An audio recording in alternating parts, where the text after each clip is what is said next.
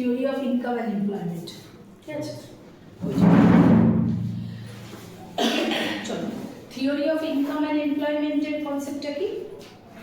আমরা এই চ্যাপ্টারে, এটা হচ্ছে কেইনসের মডেল চ্যাপ্টার। কেইনস এখানে থিওরি অফ ইনকাম অ্যান্ড এমপ্লয়মেন্টের মডেলটা দিয়ে দেখাতে চাইছে যে equilibrium national income, how to determine the equilibrium national income. এবার প্রশ্ন হচ্ছে তাহলে এটা ফার্স্ট চ্যাপ্টার ন্যাশনাল ইনকামের থেকে কতটা ডিফারেন্স আছে, ডিফার করেছে কীভাবে? ন্যাশনাল ইনকামে আমরা মেথড অফ অ্যাকাউন্টিং শিখেছি, কী করে আমরা কোনগুলোকে প্লাস করব, কোন ভেরিয়েবলগুলোকে মাইনাস করব, করে আমরা ন্যাশনাল ইনকাম বের করবো, সেটা শিখেছি।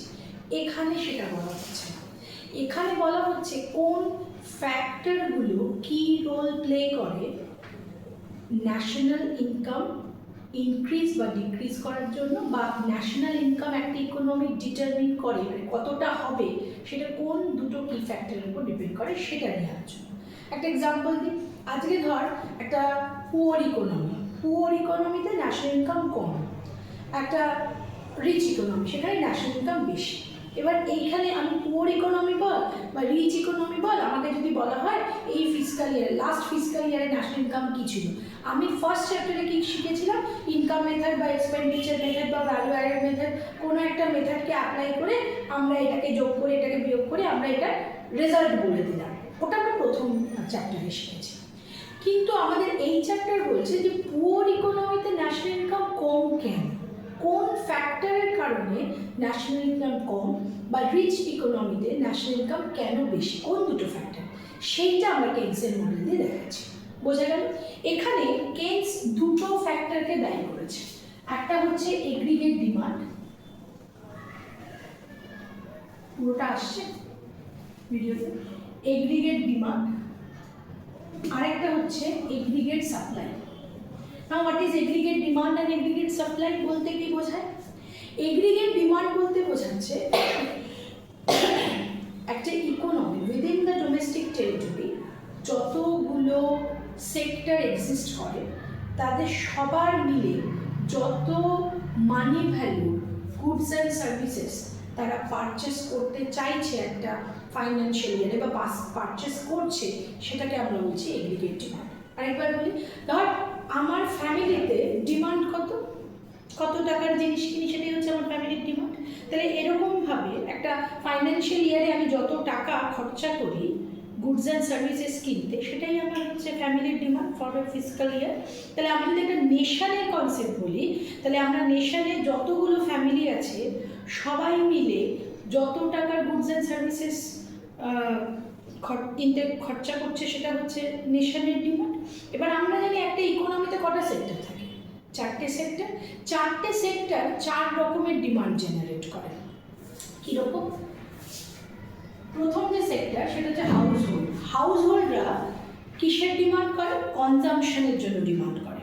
এবার কতটা কনজামশন আমরা প্রথম চ্যাপ্টারে আমরা কী পড়েছিলাম, যে ইকোনমিতে গুডস কত রকমের প্রডিউস হয়, দু রকমের, কনজিউমার গুডস আর একটা প্রডিউসার গুডস। তাহলে ইকোনমিতে কনজিউমার গুডস পারচেস করে কারা? হাউসহোল্ডরা যত টাকার কনজিউমার গুডস পারচেস করে সেটা হাউসহোল্ডের ডিমান্ডকে শো করে, ঠিক কি না? তাহলে হাউসহোল্ডের ডিমান্ড শো করে হচ্ছে consumption expenditure made by the household for a fiscal ইয়ার।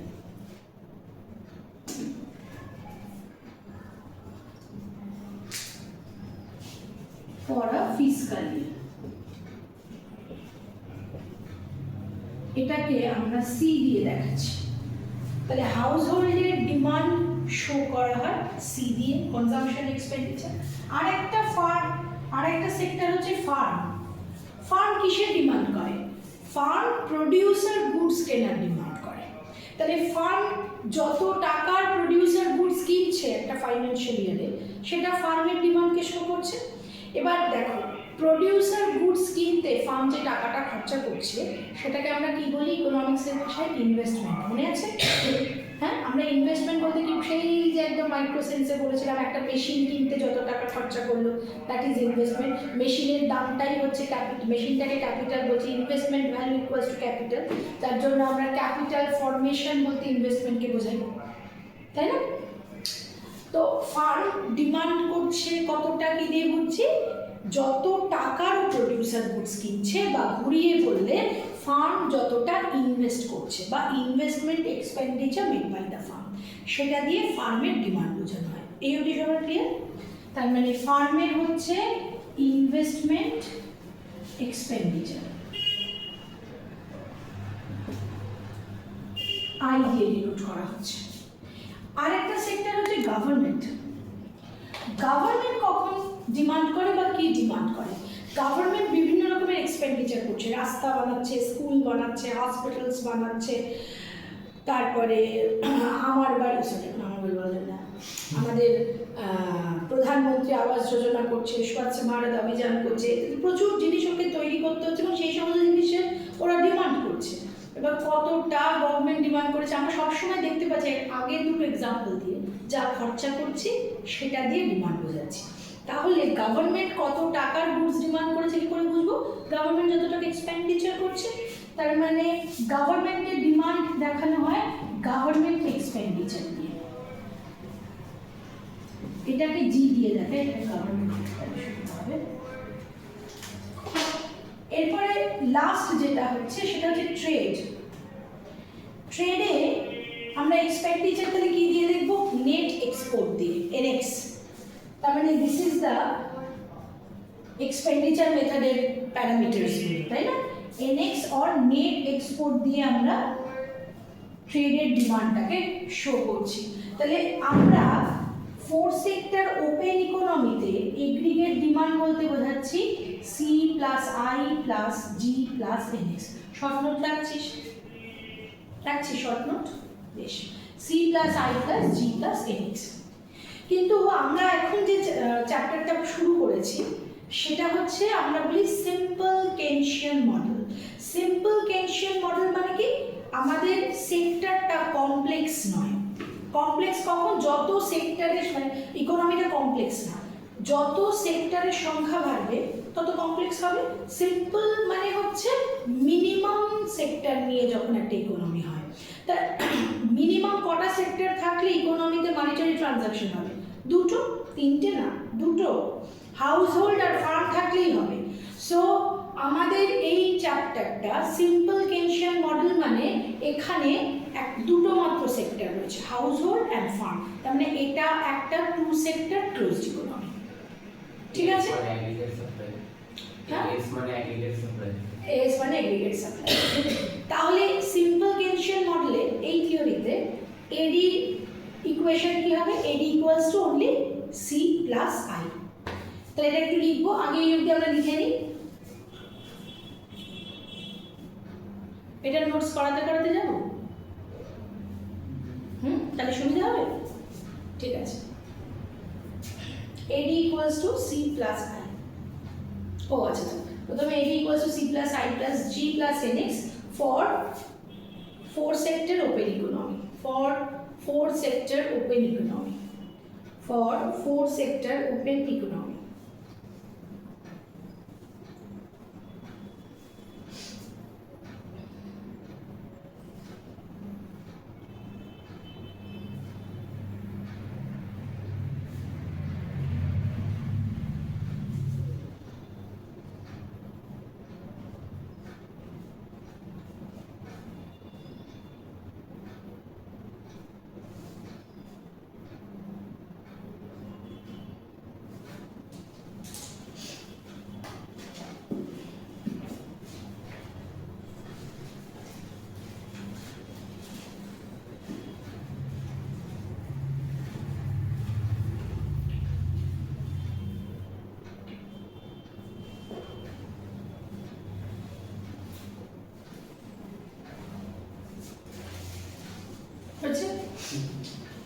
লিখবো here it is a two sector closed economy thus it is called, here it is a two-sector closed economy, thus it is called simple economy, and the model is known as simple Keynesian model, and the model is known as simple Keynesian model.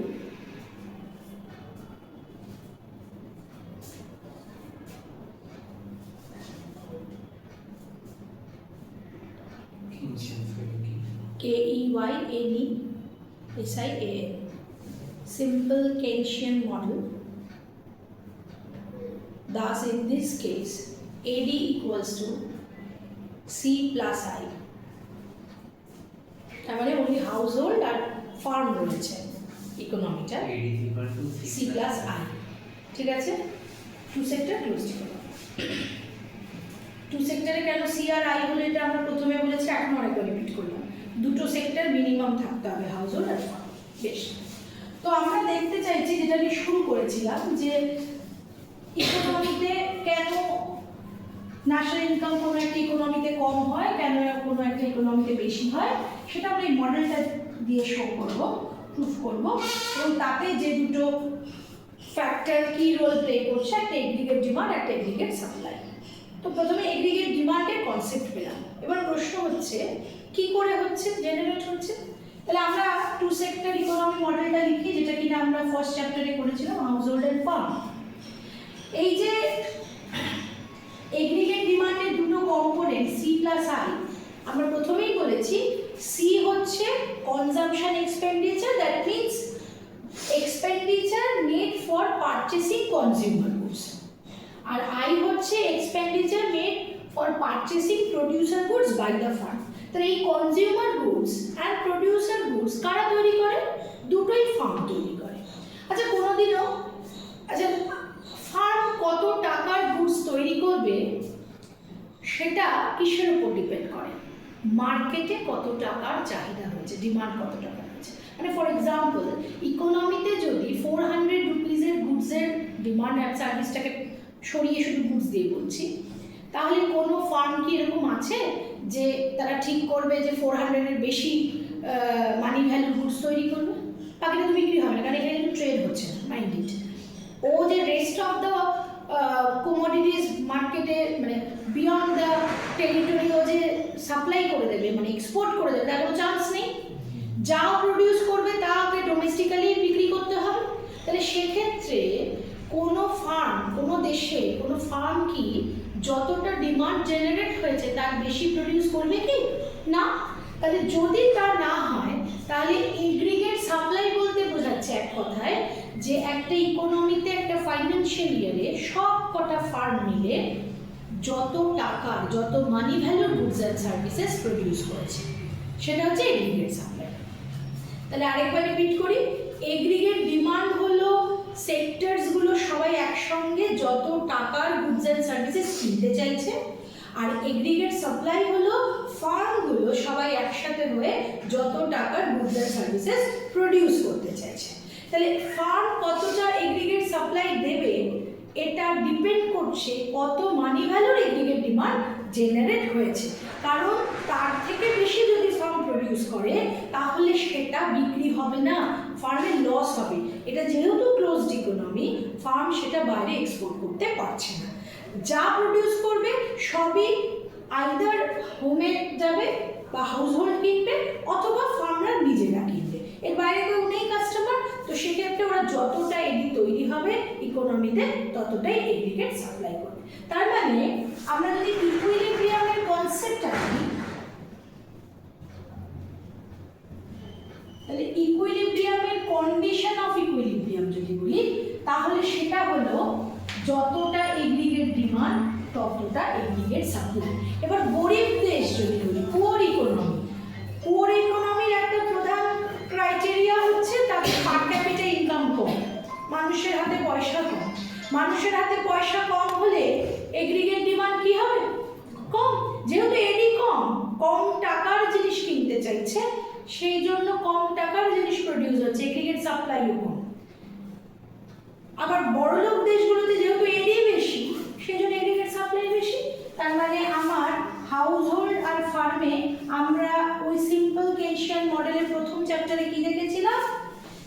টাকার জিনিসপত্র farm বিক্রি করছে, যদি আজকে house hold 100 টাকার জিনিস কেনে, তার মানে ফার্ম কত টাকার জিনিস তৈরি করলো? 100 টাকার। তাহলে ফার্ম থেকে কত টাকা হাউস হোল্ডের কাছে আসলো? 100 টাকা। আমরা ন্যাশনাল ইনকাম বলতে কি বলেছিলাম? আমরা ন্যাশনাল ইনকাম বলতে বলেছিলাম যে aggregate income of the normal resident, মানে আমরা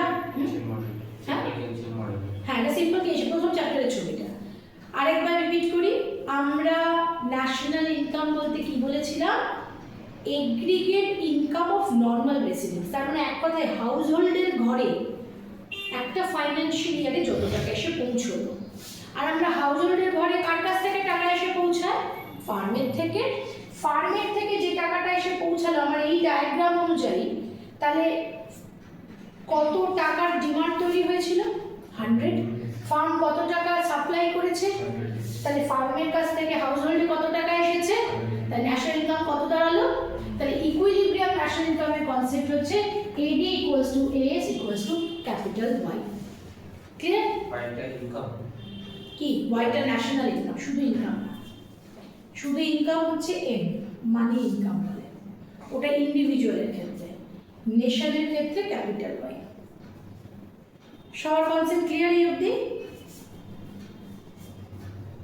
এখানে কি আমি আসছি না আমি কেটে বেরিয়ে যাচ্ছি, শুধু ভয়েস আসছে? আমার শুধু মুখটা আসছে, না না আসছে না, বাকিটা আসছে। ও মাথাটা আসছে না বাকিটা আসছে, স্কন্ধ কাটা। যাকে এটাই ওরা দেখবে। তোমায় তো ফোন করেছে।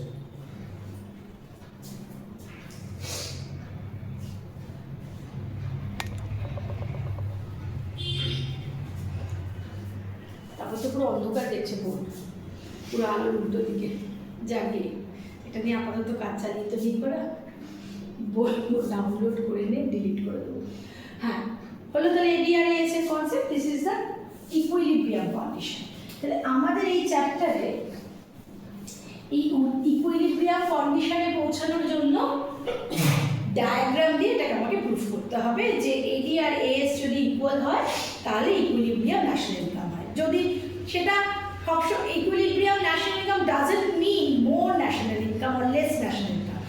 এটা বলতে চাইছে একটা ইকোনমিতে যেমন যেমন AD তৈরি হবে তেমন তেমন AS হবে, তেমন তেমন ন্যাশনাল ইনকাম হবে। গরিব দেশ কম AD কম AS কম ন্যাশনাল ইনকাম, বড়লোক দেশ বেশি AD বেশি AS বেশি ন্যাশনাল। ঠিক আছে? তো আমরা এটাকে ডায়াগ্রাম ইউজ করে বা গ্রাফিক্যালি এটা আমাকে প্রুফ করতে হবে যে AD আর AS যেখানে ইকুয়াল হচ্ছে সেখানে ন্যাশনাল ইকুইলিব্রিয়াম ন্যাশনাল ইনকাম আমরা পাই। তাহলে আমরা প্রথমে একটা কথা বললাম AD আর AS ইকুয়াল হচ্ছে, তাহলে গ্রাফ দিয়ে যদি করি তাহলে আমার এখানে একটা AD কার্ভ লাগবে, একটা AS কার্ভ লাগবে, আর দুটো কার্ভ যেখানে ইন্টারসেক্ট করছে that is the equilibrium point. আর সেই ইন্টারসেকশন পয়েন্টের রেসপেক্টে যে ন্যাশনাল ইনকামটা that is equilibrium national income. Okay, তাহলে আমাকে এবারে একটা কনসেপ্ট আসলো যে আমাকে একটা AD আঁকতে হবে। তো আমরা প্রথমে AD আসি। আমরা দেখলাম AD হচ্ছে C প্লাস R, তাই না? In a two sector economy. তাহলে AD কার্ভ আঁকতে গেলে আমাকে একটা C কার্ভ লাগবে আর একটা I কার্ভ লাগবে। তো প্রথমে আমরা আসি C কার্ভ। তাহলে লিখবো দ্য ইকুইলিব্রিয়াম কন্ডিশন, লিখেছি। তাহলে লিখবো the equilibrium national income can be determined by the diagram where the AD curve and AS curve intersect each other, where the AD curve and AS curve intersect each other, where the AD curve and AS curve intersect each other.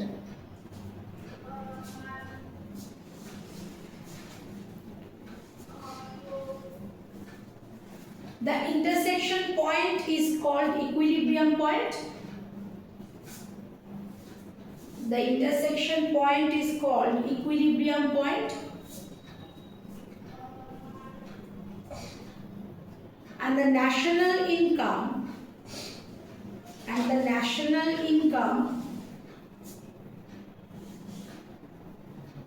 in respect of that equilibrium point, and the national income in respect of that equilibrium point is called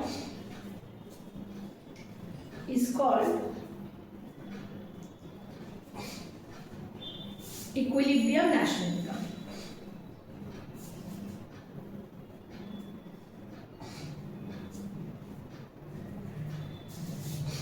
হলো?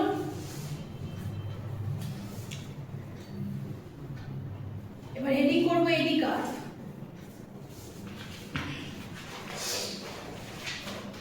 এই চ্যাপ্টারে অঙ্ক আছে এডি curve.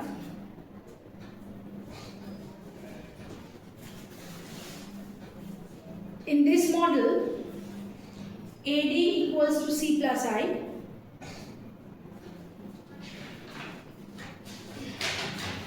Thus, we will have AD curve.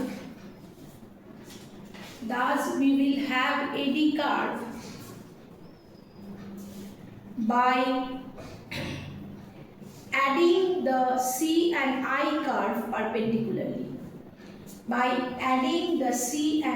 curve perpendicularly.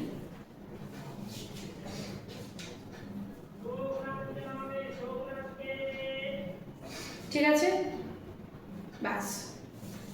এবার তাহলে আমরা আসি, এডি curve আঁকতে গেলে আমার একটা সি কার্ভ লাগবে, একটা আই কার্ভ লাগবে। তো প্রথমে আসি সি কার্ভ।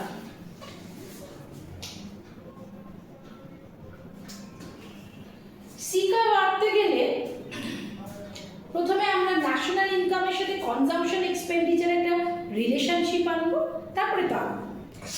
আমি যদি নেশনের কথা বাদ দিই, আমাদের পার্সোনাল লাইফে আমরা কনজাম্পশন এক্সপেন্ডিচার কখন বাড়িয়ে দিই বলতো? যখন ইনকাম আমাদের বেড়ে যায়। তাহলে এটা একটা দেশের জন্য সত্যি। when national income rises, consumption expenditure rises, তাহলে কি ধরনের রিলেশনশিপ পেলাম? ডাইরেক্টলি প্রপোর্শনাল বা প্রপোর্শনাল রিলেশনশিপ। প্রপোর্শনাল যদি রিলেশনশিপ হয় তাহলে কার্ভ কিরকম হবে? Upward sloping. ক্লিয়ার? এবার প্রশ্নটা তাহলে হলো, তাহলে আমরা এখান থেকে একটা জিনিস পেলাম, একদম অল্প অল্প করে করাচ্ছি। তাহলে দেখা গেল কনজাম্পশন এক্সপেন্ডিচার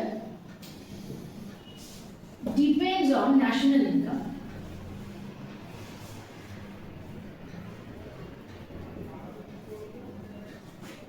তাহলে আমরা এখান থেকে একটা কনজাম্পশন ফাংশনের কনসেপ্ট পাই। কনজাম্পশন ফাংশন সেটা কিরকম হবে? C depends on national income, কি ঠিক কিনা? এটা হচ্ছে কনজাম্পশন ফাংশন। আর কিরকম ভাবে ডিপেন্ড করছে? ডিপেন্ডস হচ্ছে যদি if y rises c rises and vice versa, তার মানে ডাইরেক্ট রিলেশনশিপ।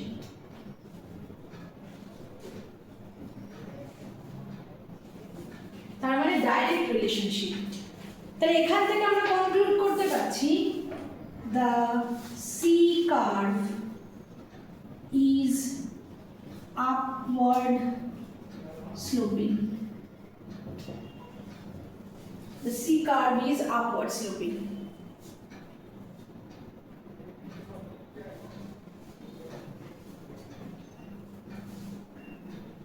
এই অবধি সবার ক্লিয়ার?